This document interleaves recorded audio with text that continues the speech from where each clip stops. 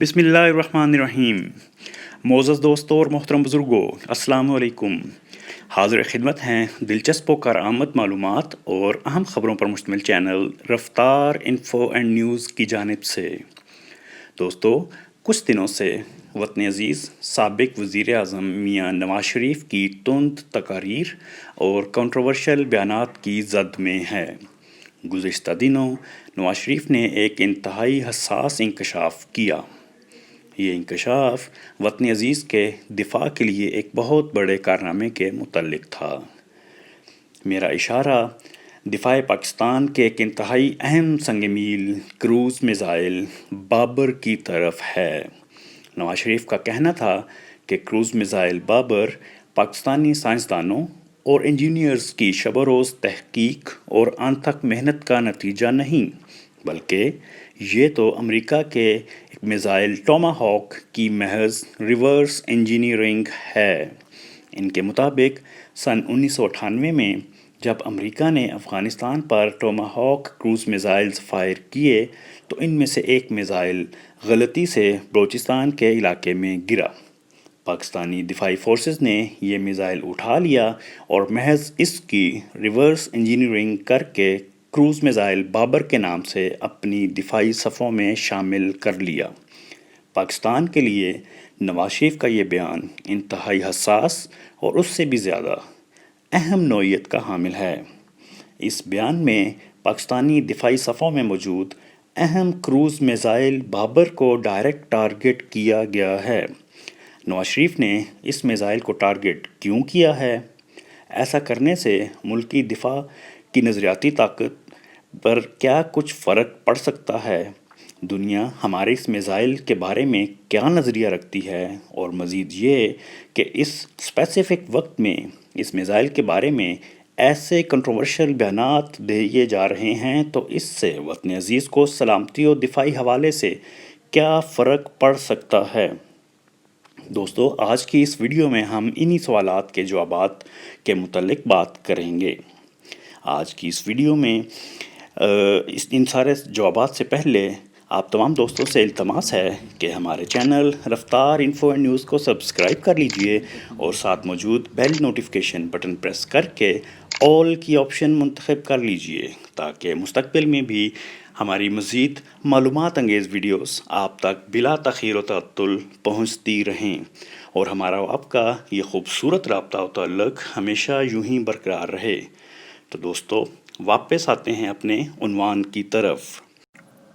میاں نواز شریف کا جو کہنا ہے اس کے مطابق یوں ہوا کہ 1998 میں امریکہ نے افغانستان پر میزائل پھینکے۔ ان میں سے ایک میزائل غلطی سے پاکستان کے علاقے بلوچستان میں گر گیا۔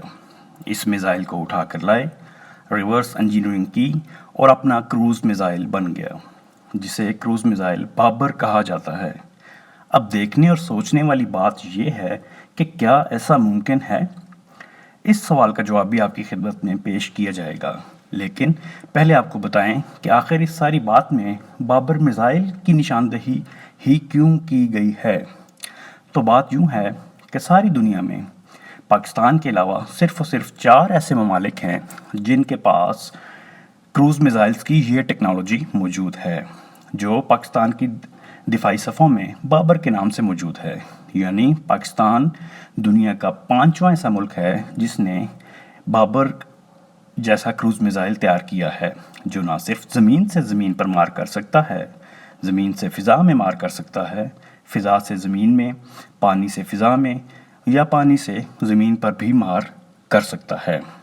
اب اس انتہائی اہم دفاعی سنگ میل کو صرف متنازع یا کنٹروورشل کرنے کی کوشش کی جا رہی ہے۔ پاکستان نے جب بابر کروز میزائل کے کامیاب تجربے کی خبر جاری کی تھی تو پاکستان کے دفاعی طاقت کے گراف دنیا بھر میں واضح طور پر بلند ہوئے تھے، اور پاکستان کی سلامتی اور دفاعی طاقت جن ممالک کی آنکھ کا کنکر ثابت ہوتی ہے، ان ممالک نے پاکستانی دفاعی قوت کے لیے اپنا ہوم ورک اور اندازے عصر نو شروع کیے تھے۔ اس سے آپ اندازہ لگا سکتے ہیں کہ بابر کی اہمیت کیا ہے۔ اب ہم آتے ہیں اس بات کی طرف کہ جو نواز شریف نے کہا کہ کیا ایسا ممکن ہے کہ محض ریورس انجینئرنگ سے ہی کروز میزائل کی ٹیکنالوجی حاصل کی جا سکے؟ پہلے ہم آپ کی خدمت میں پیش کرتے ہیں جن واقعات کی طرف نواز شریف نے اشارہ کیا، ان کا پس منظر کیا ہے۔ تو بات یوں ہے کہ 1998 میں امریکہ ایک آپریشن کر رہا تھا جس کا نام تھا انفینٹ ریچ۔ اس آپریشن کا مقصد افغانستان میں اسامہ بن لادن کو ٹارگٹ کرنا تھا۔ امریکی حکمت عملی یہ تھی کہ افغانستان پر 72 کی تعداد میں ٹوماہاک کروز میزائلز داغے جائیں۔ افغانستان میں امریکی ٹارگٹ سے پہلے پاکستان کا علاقہ آتا تھا، یعنی جو میزائلز فائر کیے جانے تھے انہوں نے پاکستانی سرزمین کے بلوچستان کے فضائی علاقے سے گزر کر افغانستان میں اپنے مقرر کردہ ہدف تک پہنچنا تھا۔ ایک امریکی مصنف سٹیو کول نے اپنی کتاب دی گھوسٹ وارز میں اس واقعے کا ذکر کرتے ہوئے لکھا ہے کہ اس وقت امریکی قیادت اس کنفیوژن کا شکار تھی کہ آیا ان میزائلز کو فائر کرنے سے پہلے پاکستانی حکومت کو آگاہ کیا جائے یا نہیں۔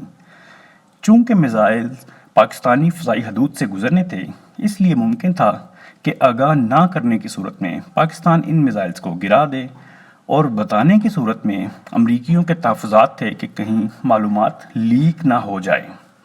لہٰذا طے یہ ہوا کہ میزائلز فائر کیے جانے سے محض چند منٹ پہلے پاکستانی عسکری قیادت کے نوٹس میں دے دیا جائے گا، تاکہ پاکستانی فضائی حدود میں ان میزائلز کے خلاف مزاحمت نہ آئے۔ اس طرح اسلام آباد میں تعینات امریکی سفیر نے محض 10 منٹ پہلے اس وقت کے آرمی چیف جنرل جہانگیر کرامت کو اس بارے میں آگاہی دی۔ امریکہ نے 72 سے زیادہ میزائلز فائر کیے، جن میں سے ایک کا ملبہ بلوچستان میں گرا، جس کے بارے نواز شریف نے اپنے بیان میں انکشافات کیے ہیں، اور اس میزائل کی تیاری میں پاکستانی سائنسدانوں اور انجینئرز کی کاوشوں کو یکسر خاک میں ملاتے ہوئے کہا کہ محض ایک فائر شدہ میزائل کی ریورس انجینئرنگ سے پوری دنیا میں پاکستان 5ویں ملک کے طور پر سامنے آیا ہے جس نے ایسا کارآمد کروز میزائل تیار کر لیا جو 1500 سے 2000 کلومیٹر دور چھوٹے سے چھوٹے ہدف تک کو انتہائی ایکوریسی کے ساتھ نشانہ بنانے کی صلاحیت رکھتا ہے، اور اس ساری ٹیکنالوجی کو متنازع بنا دیا۔ ہم نے سوال اٹھایا تھا کہ کیا واقعی ایسا ممکن ہے؟ یہی سوال بی بی سی نے بھی ممتاز ایٹمی سائنسدان ڈاکٹر سمر مبارک مند سے کیا۔ اس سوال کے جواب میں ہمیں بھی حقیقی جواب مل جائے گا۔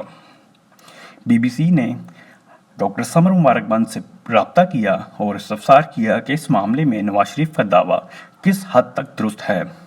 تو دوستو، ڈاکٹر سمر مبارک مند کا جواب تھا کہ یہ ایک انتہائی عجیب اور بے وقوفانہ دعویٰ ہے، جبکہ ایک امریکی سینئر فوجی آفیسر لیفٹیننٹ جنرل تھامس کا اس بارے میں کہنا ہے کہ جب فائر کیے جانے کے بعد کروز میزائل گرتا ہے تو اس کی مثال ایسے ہے کہ جیسے شیشے سے بنی کوئی چیز گر کر کرچی کرچی ہو جائے۔ جنرل تھامس کے قریب بھی نواز شریف کے دعوے میں سچائی کی کوئی گنجائش موجود نہیں۔ یہاں یہ بات تو واضح ہو جاتی ہے کہ سابق وزیر اعظم کی اس بات میں کوئی خاص صداقت نہیں ہے، لیکن ساتھ ہی یہ سوال پیدا ہوتا ہے کہ پھر وہ ایسا بیان دے کیوں رہے ہیں؟ تو اس کا جواب یہ ہے کہ پاکستان کے اندر کا ماحول اس وقت ایسا نہیں جو نواز شریف کے لیے سازگار اور کمفرٹیبل ہو، لہٰذا محض اپنی سیاسی پوائنٹ سکورنگ کی کوشش میں انہوں نے اس ساری ٹیکنالوجی کو متنازع بنا دیا۔ اور آخری بات یہ کہ اگر اس بحث کو مان بھی لیا جائے کہ ہو بہو ایسا ہی ہوا جیسا کہ سابق وزیر اعظم کہہ رہے ہیں، پھر بھی ایسے بیان دیے جانے کی کسی بھی صورت میں کوئی گنجائش ہے؟ نواز شریف اس ملک کے 3 دفعہ وزیر اعظم رہ چکے ہیں، اور ہر سرکاری اہلکار اس بات کا پابند ہوتا ہے کہ وہ کسی بھی ریاستی راز کو یا دفاعی راز کو کسی صورت میں بھی افشاں کبھی بھی نہ کرے گا۔ نواز شریف اس رازداری کا 3 بار حلف اٹھا چکے ہیں، پھر بھی کھلم کھلا آفیشل سیکرٹ ایکٹ کی دھجیاں صرف اپنے سیاسی مفادات کے لیے اڑائی جا رہی ہیں کیا یہ مفادات بھارتی مفادات کا دفاع نہیں ہیں؟ کیا ان کے یہ سیاسی مفادات اپنے حلف سے غداری نہیں ہیں؟ کیا یہ آئین پاکستان کی غداری نہیں ہے؟ ان سارے سوالات کے جوابات ہم دوستو آپ پر چھوڑتے ہیں. براہ کرم ان سوالات کے بارے میں کمنٹس کی شکل میں ہمیں جوابات دیجیے گا. تو دوستو اب تک کے لیے اتنا ہی. ہماری یہ کاوش مناسب لگی ہو تو براہ کرم لائک کر کے اپنے دوست احباب کے ساتھ اس ویڈیو کو شیئر بھی کیجیے گا اور کمنٹس کی صورت میں ہمیں اپنی رائے بھی دیجیے گا. اگلی ویڈیو کے آنے تک کے لیے ہم آپ سے اجازت چاہیں گے. آپ کا ویڈیو دیکھنے کا بہت بہت شکریہ. اجازت دیجیے گا. اللہ حافظ.